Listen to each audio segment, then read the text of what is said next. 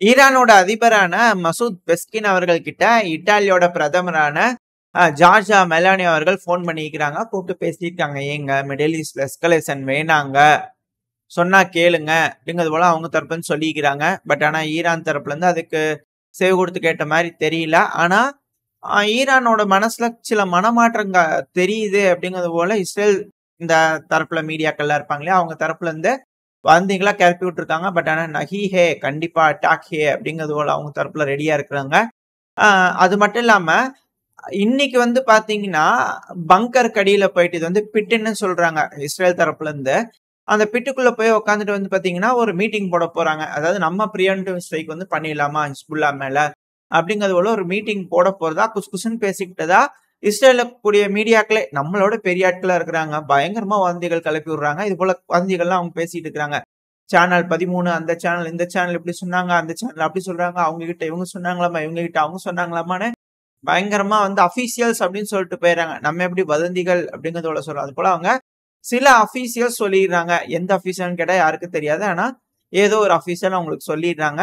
So இது போல விஷயங்கள்லாம் அங்க இருக்குது. அது மட்டும் இல்லாம ஐடிஎஃப் வந்து முழு ஸ்ட்ரென்த்தை காட்டணும், ஆல் மைட்டோட அடிக்கணும் ஹிஸ்புல்லாவை, இன்கேஸ் ஹிஸ்புல்லாவோட அக்ரஷன் இருக்கும்போது அப்படிங்கிற அவ்வளோ சொல்லியிருக்கிறாங்க. இப்படி இருக்கும்போது மாறி மாறி இருதரப்புலையும் திரும்பவும் நம்ம போன பதிவுல சொல்லியிருந்தோம், இந்த பதிவுலையும் இஸ்ரேல்ல இருந்து லெபனானை தாக்கி இருக்கிறாங்க, லெபனானும் இஸ்ரேலை தாக்கி இருக்கிறாங்க. அப்படி தாக்கும் போது இந்த அயன் டோம் மாதிரி இந்த ஏர்லி ட்ரோன் டிடெக்ஷன் சிஸ்டம்லாம் வச்சிருப்பாங்க இல்லையா இஸ்ரேல, ஸோ அந்த ரேடார் மாதிரி இருக்கக்கூடிய விஷயங்கள்லாம் வந்து பாத்தீங்கன்னா எஃபிவி ட்ரோன்களை பயன்படுத்தி லெபனான் தரப்பு இருந்து அட்டாக் பண்றாங்க. தொடர்ந்து வீடியோ பதிவுகள் வந்துகிட்டு இருக்கு. ரெண்டாவது சின்வார் அவர்கள் இருக்கிறாங்க இல்லையா, இந்த பிரச்சனை பெருசாக போகுது, எப்படி நீங்க ஈரான் கூட அடிக்க போறீங்க, எங்க கூட அதுக்கு முதல்ல வந்து சீஸ் ஃபயர் போட்டுக்கிறீங்களா அப்படிங்கிறது போல அவர் எதிர்பார்த்து காத்துட்டு இருக்கிறதா யாரோ இஸ்ரேலோட மீடியாக்கு வந்து சொல்லியிருக்கிறாங்க. இதையும் வந்து பாத்தீங்கன்னா அரசல் பொருசலா கன்ஃபார்ம் பண்ணப்படாத செய்திகளும் உங்களுக்கு அதிகமா வந்துகிட்டே இருக்குது.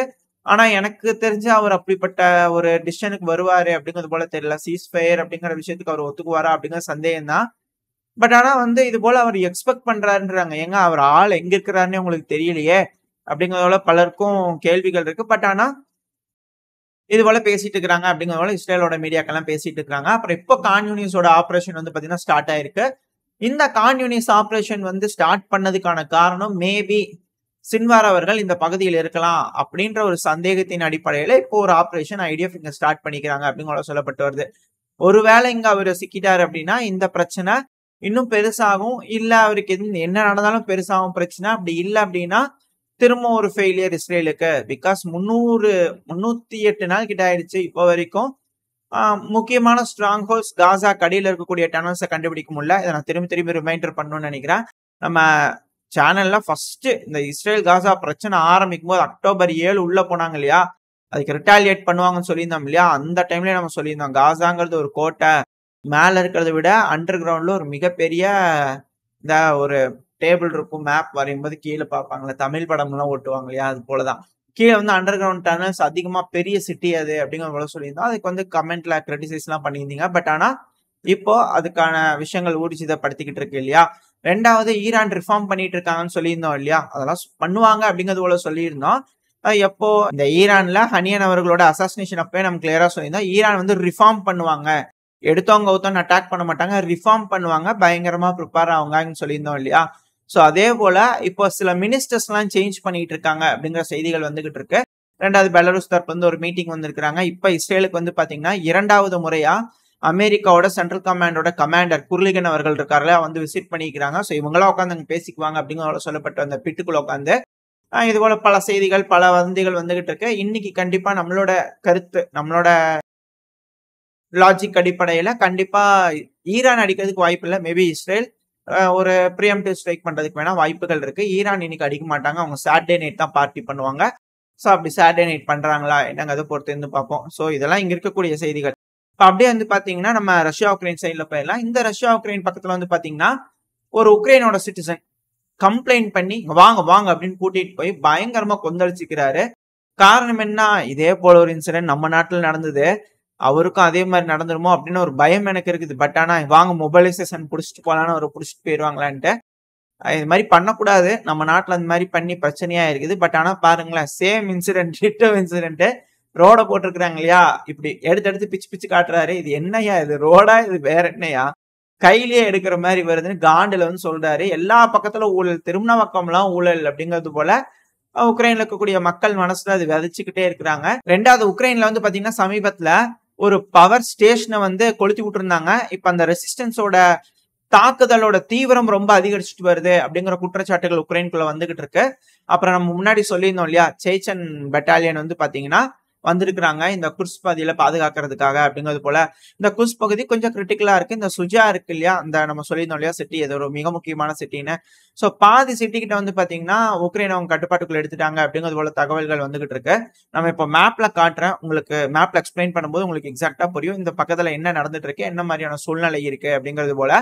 உக்ரைனோட எதிர்பார்ப்பு எப்படி இருக்கு, உக்ரைனோட எண்ணம் எதுவா இருக்கும், அப்புறம் அங்க இருக்கக்கூடிய நியூக்ளியர் பவர் பிளான்ட் சொல்றாங்களே அதுக்கு போய் பிடிக்க முடியுமா, அப்புறம் gas meter station, one and only gas meter ஸ்டேஷன்ங்கிறாங்களே உண்மையாலுமே அது one and only gas meter ஸ்டேஷனா அப்படின்னு கேட்டீங்கன்னா இல்ல. அந்த கேஸ் மீட்டர் ஸ்டேஷனை ஸ்டாப் பண்ணியாச்சு. இதுக்கு பதிலா டொனஸ்க் லுஹான்ஸ்க்ல வந்து பாத்தீங்கன்னா இன்னொரு கேஸ் மீட்டர் பைப் லைன் இருக்கு. அந்த வழியா தான் வந்து கேஸ் எல்லாம் பம்ப் ஆயிட்டு இருக்கு. இது வழியா பம்ப் ஆகுறது இல்ல, பிகாஸ் ஆஃப் சாங்ஷன் போட்டிருக்காங்க இல்லையா, சோ அதனால இது வழியா ஒன்றும் பெருமளவுல போறது இல்ல, அது வேற ஒரு பைப் லைன் வழியா தான் போயிட்டு இருக்கு அப்படிங்கிறாங்க. 2வது அந்த இடத்துல இருந்து கேஸ் வந்து போகாது, எடுக்கிறது கிடையாது, அந்த வழியா போகும். அந்த வழியா போகும், அங்கிருந்து கேஸ் எதுவும் ப்ரிப்பேர் பண்றது எடுத்து உக்ரைனுக்கு கொண்டு வர மாதிரிலாம் கிடையாது. இப்போ ரஷ்யா வந்து கேஸ் அனுப்பணும்னு நினைச்சாங்கன்னா அந்த இடத்துல வச்சு மீட்டர் பண்ணுவாங்க. ஓ இந்த பைப் லைனுக்கு இவ்வளோ டைம்ல இந்த மாதிரியான கேஸ் போயிட்டு இருக்கு அப்படின்னு அதை கால்குலேட் பண்றதுக்கான ஒரு விஷயம் தான் அது. இப்ப அதை வந்து உக்ரைன் அவங்க கட்டுப்பாட்டுக்குள்ள எடுத்துருக்காங்க அப்படிங்கும் போது இது வழியா கேஸ் போகுதுன்னா, கனெக்ஷன் போறாங்க அப்படின்னா, கேஸ் வாங்குறாங்க அப்படின்னா அதை ரெகுலேட் பண்ணக்கூடிய எபிலிட்டி வந்து உக்ரைனுக்கு கிடைச்சிரும். ஸோ உக்ரைன் அதுல இருக்கக்கூடிய கேஸை லவுட்டிக்கலாம் அப்படிங்கிறது போல திங்க் பண்ணிட்டு இருக்கிறதா சொல்லப்பட்டு வருது. பட் ஆனா அது என்ன எதுங்க தெரியல. இதுக்கப்புறம் போக சுச்சுவேஷன் சூழ்நிலை அந்த பக்கத்துல எப்படி இருக்கோ அதை பொறுத்து தான். அது மட்டும் இல்லாம உக்ரைன் இந்த இடத்துல ஆல் இன் அப்படிங்கிறது போல வேர்டை வந்து யூஸ் பண்ணியிருப்பாங்க. ஆல் இன்ற வேர்டு இந்த ஒரு பகுதியில மட்டும் கிடையாது. இப்ப நம்ம மேப்ல பார்க்கும்போது உங்களுக்கு எக்ஸாக்டா புரியும். இப்ப நம்ம மேப்ல எக்ஸ்பிளைன் பண்ணுவோம் இந்த ஆல் இன் கான்செப்ட் எப்படி ஒர்க் ஆகுது அப்படிங்கிறது போல. சோ உக்ரைன் சமீபத்துல ரஷ்யாவோட பகுதிக்குள்ள போயிருக்காங்கன்னு சொல்லியிருந்தோம் இல்லையா, அது மட்டும் இல்லாம கர்ஸ்க் ஒப்லாஸ்ட். ஸோ இப்போ நான் வரைகிற அந்த ரோஸ் கலருக்குள்ள இருக்கிறதா வந்து கர்ஸ்க் ஒப்லாஸ்ட். ஸோ இந்த பகுதிக்குள்ளதான் வந்து பாத்தீங்கன்னா உக்ரைன் ஊடுருவி வந்திருக்கிறாங்க. இப்ப இந்த இடத்துலயும் குறிப்பா இந்த எல்லோ கலர்ல இருக்கு இல்லையா, இதுதான் கரண்டா உக்ரைன் முன்னேறி வந்து அவங்க கட்டுப்பாட்டுக்குள்ள எடுத்திருக்காங்க. சமீபத்துல கூட நம்ம சொல்லியிருந்தோம் இந்த தெற்கினோ வழியா வந்து ரஷ்யா வந்து உக்ரைனோட டெரிட்டரிக்குள்ள போயிட்டு இந்த பகுதிக்குள்ள வந்து விளையாடிட்டு போயிட்டு இருக்காங்கன்னு சொல்லியிருந்தோம் இல்லையா. இந்த பகுதி இப்போ வரைக்கும் ரஷ்யாவோட கட்டுப்பாட்டுக்குள்ள இருக்கா என்ன எதுங்க தெரியல. இந்த டெட்கினோ பகுதியிலிருந்து ரஷ்ய வீரர்கள் சும்மா முன்னேறி வந்து சில பகுதியில் பிடிச்சிட்டு போட்டோ ஷூட் எடுத்து திருப்பி ரிட்டர்ன் போயிட்டு இருப்பாங்க. அதே போல இந்த சுமி ஓப்லாஸ்ட்குள்ளேயே, இந்த சுமி ஓப்லாஸ்ட் தான் இதுவும், இப்ப முன்னேறி வந்திருக்கோம் சுமி ஓப்லாஸ்ட் தான். சோ இந்த பகுதியில பல வில்லேஜஸ்க்குள்ள ரஷ்ய வீரர்கள் வந்துட்டு போறதுமா இருந்துட்டு இருந்தது. அதுக்கு காரணம் கண்டிப்பா ரஷ்யாவுக்கு தெரியும் இது போல ஒரு அஃபென்சிவ் ஆபரேஷன் எடுக்க போறாங்கிறதுனாலதான் இந்த போல சபாட்டாஜ் ஆபரேஷன் பண்ணிட்டு இருந்தாங்க. இப்ப அவங்க எதிர்பார்த்துட்டு இருந்த மாதிரியே உக்ரைன் வந்து பாத்தீங்கன்னா இப்ப இந்த எல்லோ கலர்ல இருக்கு இல்லையா, உக்ரைன்ல இருந்து தாண்டி போய் ரஷ்யாவோட பகுதியில இந்த எல்லோ கலர்ல இருக்கக்கூடிய வில்லேஜஸ் எல்லாத்தையுமே பிடிச்சிருக்காங்க. தோராயமா ஒரு 30 கிலோமீட்டர் கிட்ட வந்து பாத்தீங்கன்னா உக்ரைனியன்ஸ் வந்து பிடிச்சிருக்காங்க. சரி, உக்ரைன் இதை மட்டும்தான் பிடிச்சிருக்காங்களா அப்படின்னு கேட்டீங்கன்னா இது மட்டும் தான் அவங்களோட டார்கெட்டான்னு கேட்டீங்கன்னா இல்ல. ஆக்சுவலா உக்ரைனோட டார்கெட் வந்து பாத்தீங்கன்னா இந்த குறிச்சி டவுன் இருக்கு இல்லையா, இந்த பகுதி தான். ஆக்சுவலா இந்த குறிச்சி டவுன்ற பகுதியில வந்து பாத்தீங்கன்னா நியூக்ளியர் பவர் பிளான்ட் இருக்கு. அந்த பவர் பிளான்ட்டை பிடிக்கிறதுக்காக உக்ரைனியன்ஸ் வந்து முன்னேறிட்டு இருக்காங்க அப்படிங்கிற சொல்லப்பட்டு வருது. ஏன்பா அது அங்க இருக்கு இவங்க எங்க இருக்கிறாங்க, இன்னும் ரொம்ப தூரம் இருக்குல்ல அப்படின்னு கேட்டீங்கன்னா இதுக்கும் ரஷ்யா கிட்டே இன்னொரு ஐடியாலஜியும் இருக்கு. என்ன சொல்ல வராங்கன்னா உக்ரைனியன்ஸ் இந்த பகுதியில இந்த ஹுலேக்கோ பிரீசா இந்த பகுதியில அதிகமான உக்ரைனோட வீரர்களை வந்து அக்குமுலேட் பண்ணியிருப்பாங்க. மேபி கூடிய சீக்கிரத்துல இந்த பகுதியில இருந்து மேபி ஒரு அஃபென்சிவ் ஆபரேஷன் உக்ரைன் பண்ணலாம் அப்படிங்கிறது போல வந்து பாத்தீங்கன்னா ரஷ்ய தரப்புல இருந்து எக்ஸ்பெக்ட் பண்றாங்க. சோ நான் இப்ப வரையும் போது உங்களுக்கு தெரியும் இந்த உக்ரைன் முன்னேறி போனாங்கன்னா எந்த மாதிரியான முன்னேற்றம் உக்ரைனுக்கு கிடைக்கும் அப்படிங்கிறது போல. ஒரு வேலை சொல்றேன், இருக்கிற ரோடு இருக்கு அதை பிடிச்சிட்டு முன்னாடி வராங்க அப்படிங்கும் போது அடுத்தது அவங்களோட பிளான் எல்லாமே இந்த பகுதி வரைக்கும் இருக்கும். சோ ஆல்ரெடி இந்த சைட்ல இருந்து முன்னேறி இருக்கிறாங்களா எல்லோ கலர்ல. சோ அப்படி பார்க்கும்போது இந்த பகுதியில இருக்கக்கூடிய இந்த நான் ரோஸ் கலர்ல வரையினா அது எல்லாமே ரஷ்யாவோட பகுதி. சோ இந்த பகுதி எல்லாமே வந்து பாத்தீங்கன்னா உக்ரைனோட கட்டுப்பாட்டுக்குள்ள வந்துடும். சோ ரஷ்யாக்குள்ள வந்து பாத்தீங்கன்னா அவங்க பல பகுதிகளை கேப்சர் பண்ணி இதை ஃபார்வர்ட் பேஸா வச்சுக்கிட்டு அதுக்கப்புறமா உக்ரைன் இந்த குருஷிட்டவர் இருக்கு இல்லையா, அதை நோக்கி போறதுக்கு வாய்ப்பு இருக்கு அப்படிங்கிறத சொல்லப்பட்டு வருது. ஸோ இந்த பகுதி முழுவதுமே ரஷ்யாவை பொறுத்த வரைக்கும் கொஞ்சம் டேஞ்சரஸான ஜோன் அப்படிங்கிறது தெரியும். இப்போ உக்ரைன் ஒரு அஃபென்சிவ் ஆபரேஷன் பண்ணியிருக்கிறாங்க. இப்ப இதுக்கு ரெஸ்பான்ஸ் கொடுக்கறபடி ரஷ்யா அவங்களோட பார்டர் கார்ட்ஸ், இந்த இடத்துல இருக்கக்கூடிய பார்டர் கார்ட்ஸ்லாம் வந்து பாத்தீங்கன்னா முடிஞ்ச வரைக்கும் டிஃபெண்ட் பண்றாங்க. சில நபர்கள் கைது பண்ணிக்கிறாங்க. சில பேர் அங்கிருந்து தப்பிச்சு ரஷ்யா கிட்டே வந்திருக்காங்க. இப்ப அங்க நடக்கக்கூடிய சுச்சுவேஷன்ல எக்ஸ்பிளைன் பண்ணிட்டு இருக்காங்க. ரெண்டாவது, ரஷ்யாவோட சிவிலியன்ஸ்லாம் வந்து பாத்தீங்கன்னா அங்க ரொம்ப மோசமான சூழ்நிலை நடந்துகிட்டு இருக்கு. சரியே இல்ல. இந்த சுஜா பகுதியில பயங்கரமான தாக்குதல் உக்ரைன் பண்ணிட்டு இருக்காங்க. சிவிலியன்ஸ்லாம் ரொம்ப அஃபெக்ட் ஆயிருக்காங்க அப்படிங்கிற நம்மளால புரிஞ்சுக்க முடியுது. ரஷ்யாக்குள்ள இருக்கக்கூடிய சிவிலியன்ஸை. ஏன்னா அங்க இருக்கிறவங்க அந்த மாதிரி கதறது இது போல விஷயங்கள்லாம் வந்துட்டு இருக்கு. ஸோ அது நம்ம வேணாம்.